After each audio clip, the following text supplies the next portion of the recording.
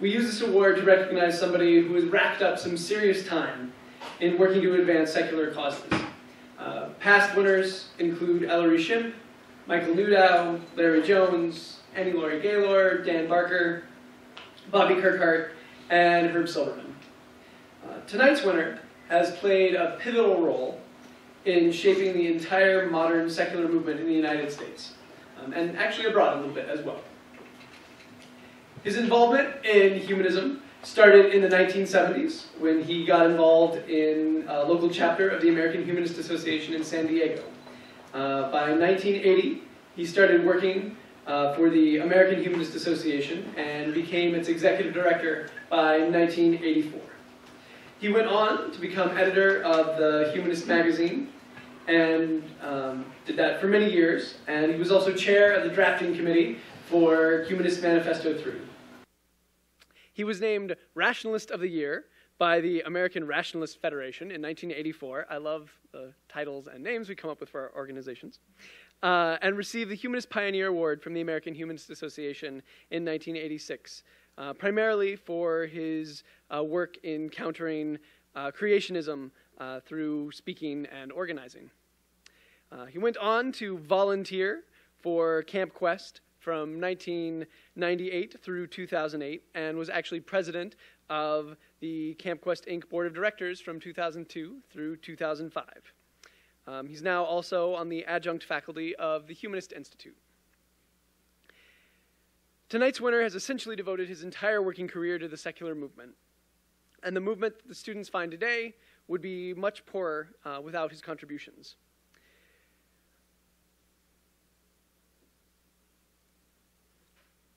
And he has specifically supported student involvement and activism within the movement in a lot of very specific ways. He was one of the first members of the Secular Student Alliance Advisory Board and has been on the SSA's Speakers Bureau for as long as the SSA has had a Speakers Bureau. He is now the National Director of the United Coalition for Reason and has sought to include the Secular Student Alliance affiliate groups in the cores that are getting formed all over the country. And 14 years ago, he took part, just like I did, in the first ever Secular Student Alliance Conference and spoke on the relevance of humanism to our lives and the world at large. And indeed, he was at the helm of the American Humanist Association in what turned out to be an extremely important year for the secular student movement. You all know it. It was the year 1989.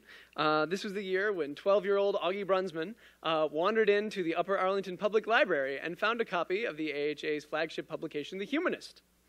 I was raised by atheists, but I was never really part of a community that was bigger than our family.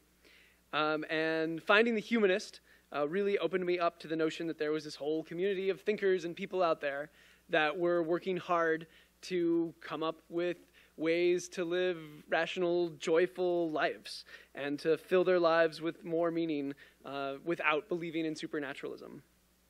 It's possible that I would have found organized humanism some other way, but the humanist is the way that I actually did find it. And it's very possible that I never would have been involved in the Secular Student Alliance if it weren't for tonight's winner. Our movement has grown and changed in a lot of wonderful ways. In a way that it used to be was that there used to be a whole lot of talking heads and a lot of, all we're going to do is argue about ideas and we're not going to actually go out there and change anything or, shape the way actual people's lives are lived. And while our winner tonight can definitely participate in any philosophical conversation that you would like to send his way to a very strong degree. His true strength, I think, lies in taking the philosophy of humanism and making it practical. It was in the same year that he became executive director of the American Humanist Association, 1984, that he wrote The Humanist Philosophy and Perspective, which is an essay that just talks about what humanism is and kind of gives some very clear explanations of how to apply it to your life. And it's actually still it is actually my favorite essay to share with people when they have more than a passing interest in humanism and they want to know what that is all about. It's a really useful document that I still find helpful even today. And what I found is that our winner really wants to share the joyous wonder of philosophical naturalism with everybody he knows, because he knows it will make their lives better. And this year's winner also, I think, gets in there and gets humanism or agnosticism or whatever you want to, use, whatever label for your particular brand of rational, humane, philosophical naturalism that you like, and gets it done. And in the theme of getting that done, he was involved in Camp Quest in its very formative days. And that's where I first met him in 1999. I had a schedule conflict and was actually a few days late to camp. And I came partway through the week. And at my first meal, I started eating. And then very shortly after that, there was suddenly an explosion of cheers and then chanting of a name.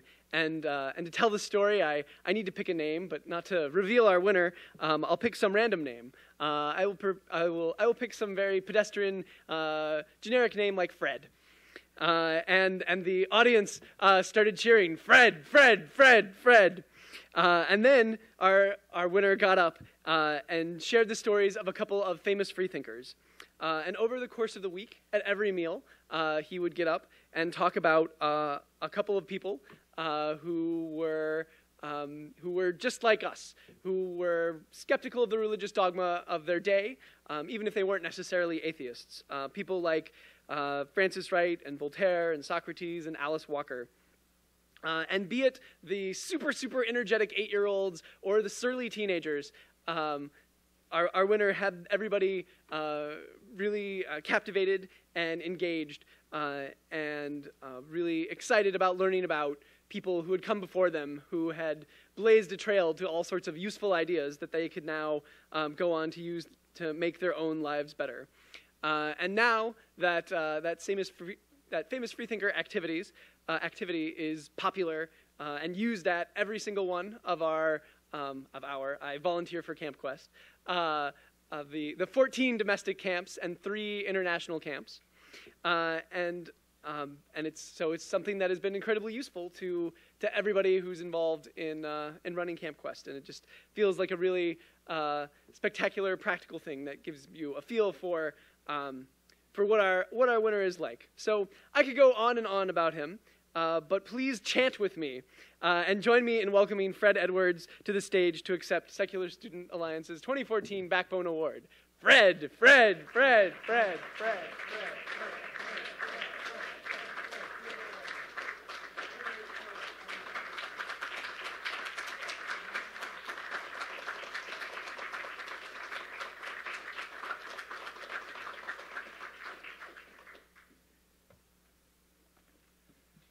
Thank you.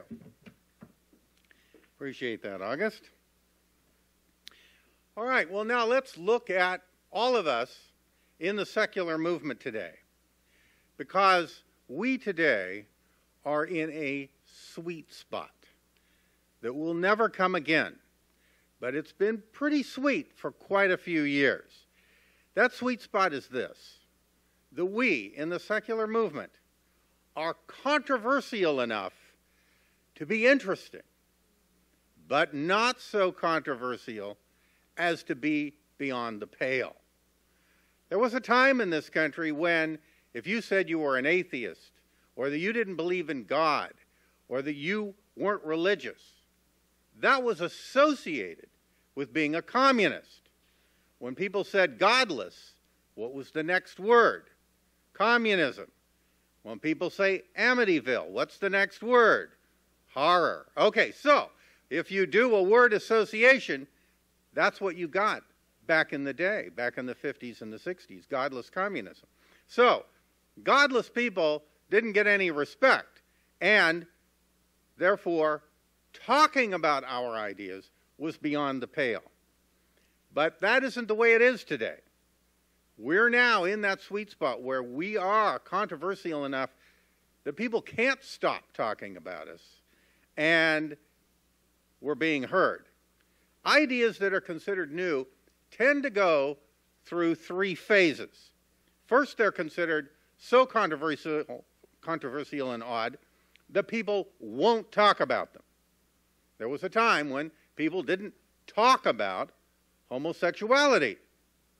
If you watch old episodes of The Lucy Show from the 1950s, people didn't even talk about being pregnant. She couldn't say she was pregnant. I mean, things have changed. Then they are considered fascinating, and people do nothing but talk about them. It gets you airtime to say, I'm one of those. I think like this. I do that. And next thing you know, you're on all the talk shows. And finally, they become mainstreamed, and then they're no longer controversial enough to spark conversation or secure airtime. Let's take 3 examples of things we know that went through those 3 stages not so long ago. Interracial marriage. You could get airtime for that, okay? You can't anymore. Gay rights.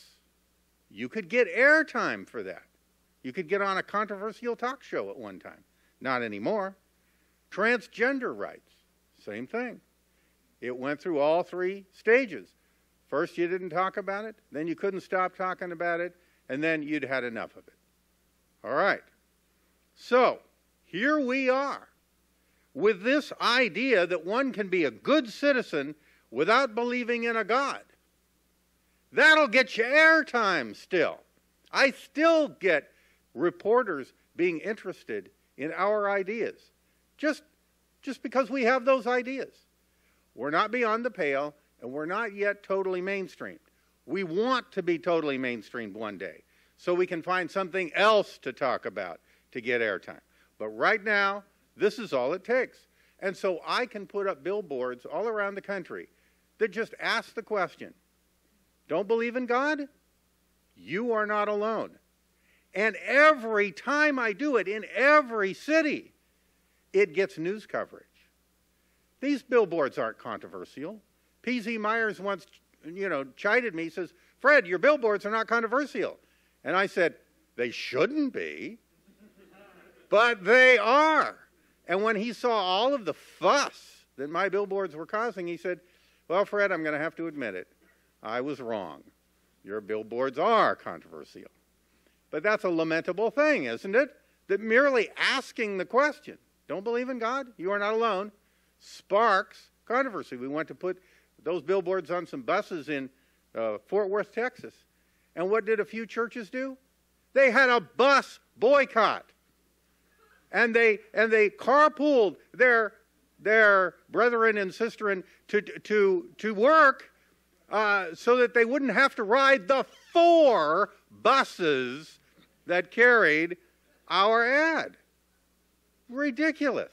Ridiculous. And then someone hired a billboard truck to follow one of the buses around to give an alternative viewpoint to the ad that was on the side of the bus. So, I mean, some people really overreact, and we just, of course, love it to death when they do because it gets us more publicity, you see. So it doesn't take much. All right. Now, given this reality, that means this is the ideal time for folks like us to use every opportunity to make our voices heard, to strike while the iron is hot. Now, I think a little history here will flesh out why this is true and how it can be done. I go way back, as August has pointed out. I can remember back in the late 1960s when, in order to publish a forthrightly atheist popular book, one needed to go through a free thought publisher. Not only would no mainstream U.S. publishing house touch such a work, but none of the major vanity houses, the ones that charge you money to publish your book, would accept money for those willing to pay for such publication. You couldn't self-publish your own atheist book through a vanity publishing house. And even the niche free thought publishers often would send your book to you in the mail in a plain brown wrapper. Now, there were a few notable exceptions. If a book could be viewed as academic or literary, it might get by. For example, a couple of New York publishers released books by Corliss Lamont from 1932 through the 1980s, but these titles weren't well known outside the humanist community. In 1957, British publisher George Allen and Unwin released Bertrand Russell's Why I Am Not a Christian. It received wide distribution and became a bestseller in Britain, yet nothing of a similar stature and popularity followed. To remedy this situation, Prometheus Books was founded in Buffalo, New York in 1969 by the then editor of the Humanist magazine, Paul Kurtz. For more than a decade afterward, however, it remained a niche publisher, its earliest titles being promoted heavily through the American Humanist Association. Beyond Prometheus Books, there were a couple of titles published by small mainstream publishers in the 1970s. Madeleine Murray O'Hare's Freedom Under Siege, The Impact of Organized Religion on Your Liberty and Your Pocketbook, and George H. Smith's Atheism, The Case Against God, were the two main books in this category. Around this time, Prometheus also expanded its reach into the college market with more mainstream fare, publishing standard works of philosophy and so forth, and works of ancient philosophers and so on, and getting them into the college bookstores and professors using them in their classes. And as a result, the Prometheus name came to be recognized, and that also increased then the sale of the books on free thought and humanism that Prometheus was well known in our community for. Also during the 1970s, our movement secured significant national and worldwide publicity through the issuing of consensus statements on social policy signed by large numbers of famous individuals, although most of those famous individuals were academics.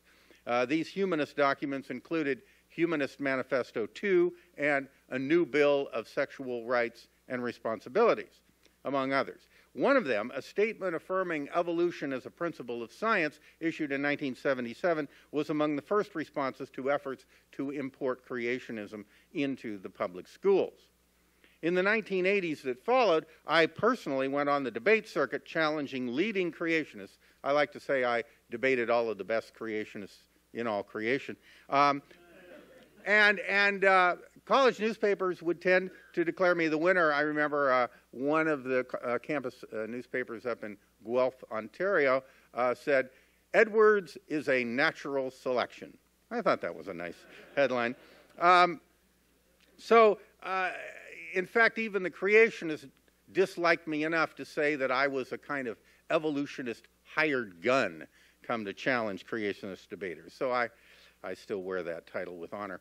The 1980s also saw the rise of the religious right as a political force and the beginnings also of the growth of the secular humanist movement in response.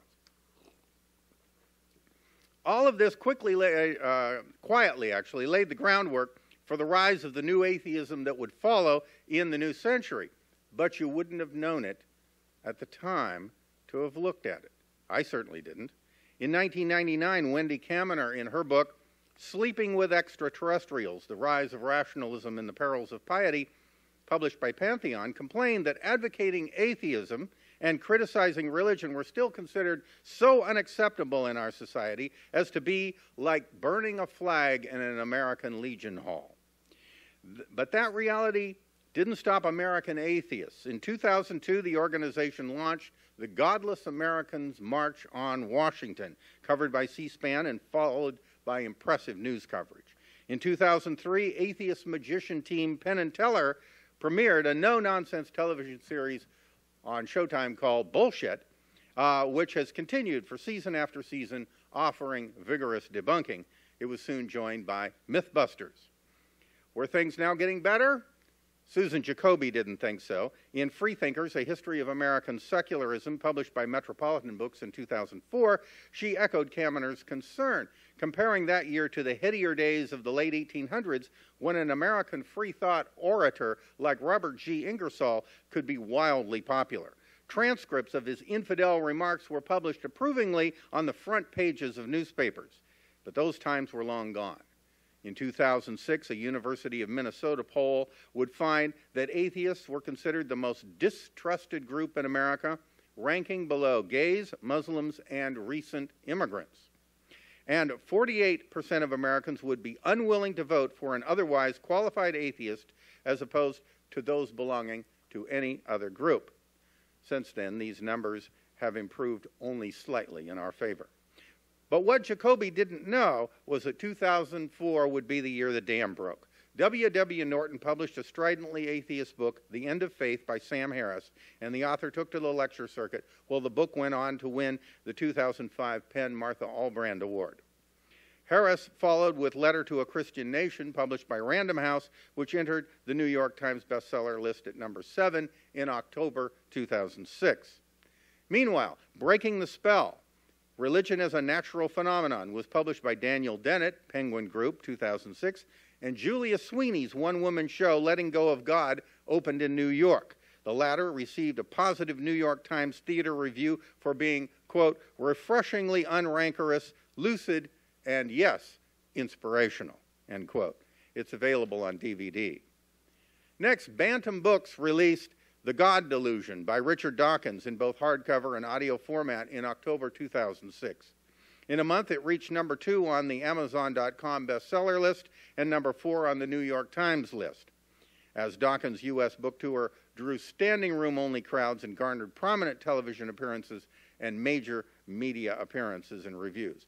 But the greatest thing about Dawkins' book was the back of it, where it listed all of the major organizations in our movement, including Camp Quest, and it showed where interested people could go.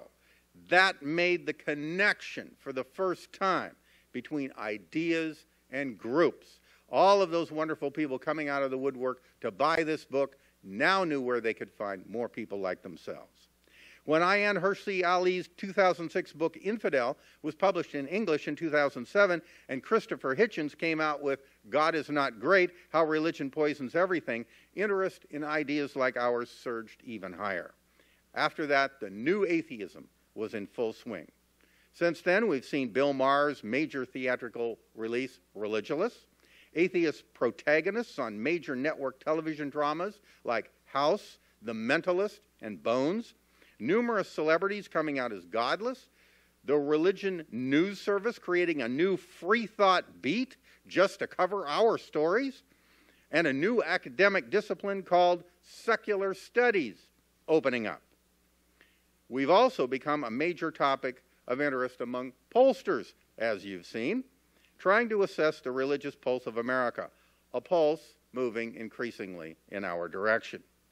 Such developments show how different the world is today from the one I faced when first becoming a secular activist in the late 1960s. Now we find ourselves riding a dramatic and revolutionary wave of change. And what has made it all possible has been a quiet change in the demographics of belief in this country. We've heard about the American Religious Identification Survey, and it's shown that while still a small portion of the population wear the atheist label, the people who actually think the way we do have expanded dramatically, because godless folks wear many labels. Some don't believe, some don't know, some don't care, but they live their lives without reference to a big guy in the sky. And many still go to worship services and identify with the faith of their tradition, wearing the label of the family faith rather than a secularist one. Think of all of those non-theistic Jews who go to Reform Jewish synagogues. They identify as Jewish, but they are as godless as you and I. And so I looked with interest at the American Religious Identification Survey and looked not only at the nuns and how many of the nuns were non-theistic in some way or another, but I looked at how many of those in the various religious categories identified themselves as non-theistic in some way. Buddhists, for example, traditionally don't believe in a God. Jains traditionally don't believe in a God, and so forth. So, in some ways, they belong in our count. And they are changing American values. From the data collected and poured through and added up, I came up with something around 16% of Americans are in some way non-theistic. But Barry might want to challenge that. But that was kind of what I got from looking at some of his figures. Because of all of this, the national humanist and free thought organizations have been ballooning. Their membership has been growing. Their conference attendance has been growing. Camp Quest, the summer camp for free-thinking kids, which started out in 1996, now has 17 branches in North America and abroad.